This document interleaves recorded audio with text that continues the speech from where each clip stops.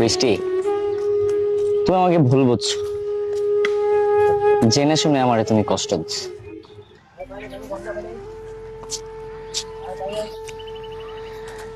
কেরে দোস্ত, দোস্ত আজকে তো আমি খুব খুশি। তোর কারণে আজকে আমার গার্লফ্রেন্ড আমার কাছে চলে এসেছে। কে বন্ধু, তুই কথা বলিস না কেন? মন খারাপ?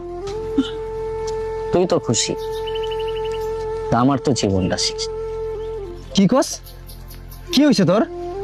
সেদিন সোনালীকে তোর জন্য বোঝাইতে যায় বৃষ্টি আমাকে ভুল বুঝছে। মানে কি হয়েছে বল আমার কাছে।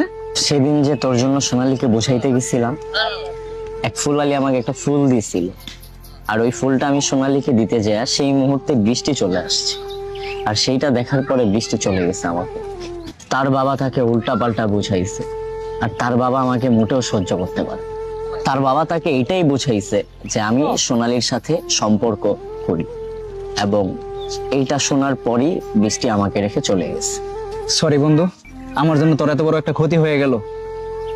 চল আমার সাথে বৃষ্টিকে আমি বোঝাবো, চল। সেটা আর সম্ভব না, বৃষ্টি আমাকে সত্যি সত্যি ভুল বুঝছে। দোস্ত, বৃষ্টিকে ছাড়া আমি বাঁচবো না। আমি সত্যি ওরে অনেক বেশি ভালোবাসি। যে করেই হোক তোর ভালোবাসা বৃষ্টিকে আমি ফিরিয়ে আনবো।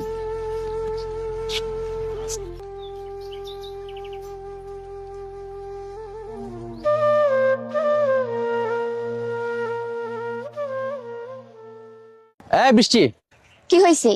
তোমার সাথে আমার কথা আছে। রনির সাথে তোমার কি হয়েছে? ওই ছেলের নাম তোমার মুখে আনবে না, আর ওর নাম আমার সামনে এসে নিবা না, বুঝতে পারছো? যদি তোমার কিছু বলার থাকে তাহলে এমনি বলবা। ওই প্রতারকের নাম তোমার মুখে নিবা না। তুমি কাকে প্রতারক ভাবছো, আর কাকে তুমি প্রতারক বলছো? রনি প্রতারক না। তুমি কাকে ভালো বলতেছো? ওরে, ওই আমার সামনে অন্য কোনো মায়েরা ফুল দেয়, যার সাথে আমার 4 বছর রিলেশন ছিল।